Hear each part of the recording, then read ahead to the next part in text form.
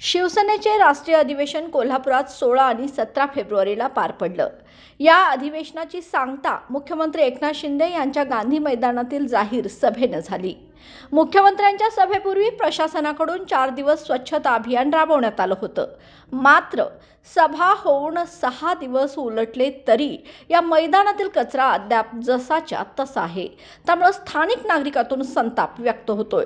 विशेष म्हणजे ज्या मैदानात वक्त्यांनी भाषण करत पवित्र धनुष्यबाण आपल्याकडेच असल्याचा दावा केला होता, त्याच मैदानाचे आजचे चित्र पाहिलं तर धनुष्यबाणाचे चिन्ह असलेले फ्लेक्स कचऱ्यात टाकण्याचं चित्र सध्या दिसत आहे।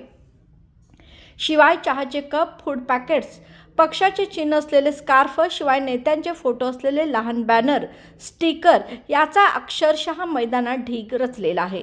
त्यामुळे आयोजकांनी गांधी मैदानात घेतलेली ही सभा मैदानाच्या विद्रुपीकरणासाठी होती काय, असा सवाल ठाकरे गटाच्या युवासेनेचे जिल्हाध्यक्ष मंजित माने यांनी केलाय। 2 ते 3 दिवसापूर्वी एका पक्षाची गांधी मैदानी इथं सभा झाली। सभेनंतर जर आता मैदानाचं चित्र बघितलं तर अक्षरशः कचरा कोंडाळा झाला आहे। जो धनुष्यबाण आम्ही पूजनीय मानतो, जो बाळासाहेब ठाकरेंनी महाराष्ट्राच्या मनामनात पोचवला, तो धनुष्यबाण कचऱ्याच्या ढिगाऱ्यात पडलेला दिसलेला आज बघितला। खरं तर खेळाडूंनी खेळायचं कुठं, अशा अनेक प्रश्न या गांधी मैदानाच्या बाबतीत या सभेनंतर झालेले आहेत। आयोजकांना मला एवढंच सांगायचं आहे की तुम्ही सभेसाठी एवढा खर्च करता, पण त्याची जी स्वच्छता करत नसाल तर तुमच्या सभेचा काय उपयोग? तुमची सभा ही गांधी मैदानाचं विकृतीकरण करायचं होतं का, असा आम्हाला आता सवाल पडलाय।